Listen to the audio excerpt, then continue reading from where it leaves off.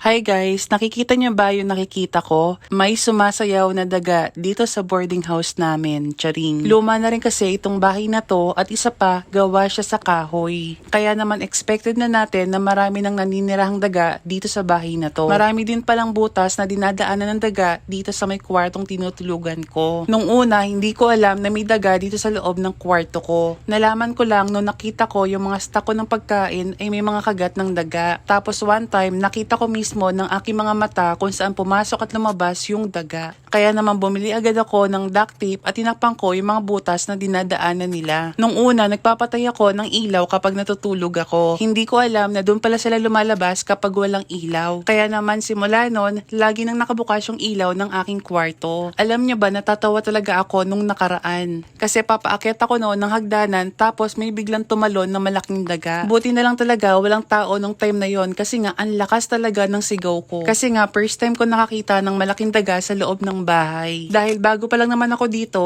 ako na lang ang mag-a-adjust para sa kanila. Baka kasi sabihin ng mga daga, matagal na silang naninirahan doon kaya sila ang boss ng bahay na yon, charing. Pero sa totoo lang, sabi ni ate na may-ari ng bahay na to, matagal na silang naninirahan dito simula pa nung 1968. Ibig sabihin, itinayo itong bahay na to more or less 60 years ago na. Bumili na rin ako ng deodorizer para ilalagay ko sa loob ng bahay. Bumili na rin ako ng ilang personal na gamit ko. Tulad nitong baso na meron na rin kasamang takip. Kasi nga sabi ko nga ako na ang mag-a-adjust para sa mga daga. Bumili na rin ako ng storage box na lalagyan ko ng aking mga pagkain. Kasi nga ang bibilis talaga ng mga bubuwit. Malingat ka lang ng sandali, makikita mo na namingat-ngat na yung mga pagkain mo. Bumili na rin pala ako ng trash bin para iwas kalat. Nilagay ko na rin pala sa bawat sulok ng bahay yung nabili kong mothballs. Marami na ako natakpan ng mga butas pero marami pa rin napapasukan ang mga daga. Kaya naman masasabi ko talaga na gamay nila ang bawat sulok ng bahay. Pero syempre gagawa pa rin ako ng paraan para matakpan ang mga butas na yon. Sabi nga ng mga matagal ng boarders dito, living with ratatouille, charing. Siguro katagalan masasanay na rin akong makita sila dito. Pero hindi ko sila papayagang pumasok sa aking kwarto, charing. Alam nyo ba nung nilagyan ko ng deodorizer ang bahay, kahit papano nag-iba rin ang amoy niya. Dati kasi pagpasok mo pa lang ng pinto, maaamoy mo na ang pupu at ang mga ihi ng mga daga.